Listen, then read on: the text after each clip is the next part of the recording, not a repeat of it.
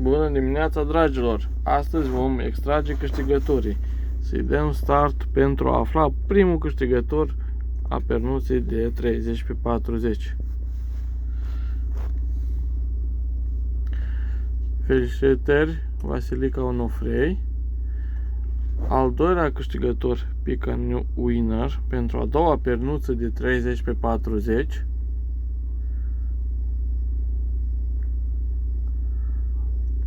Emi Cris Mihai, felicitări, ați câștigat o pernuță. Așa, Pica New Winner. Așa. Și al treilea câștigător, să-l vedem îndată, sau să o vedem, este Ela. Felicitări, ați câștigat câte o pernuță de 30 pe 40. Vă așteptăm să ne contactați în privat. Doamne ajută la toată lumea și vă așteptăm la punctele noastre de lucru.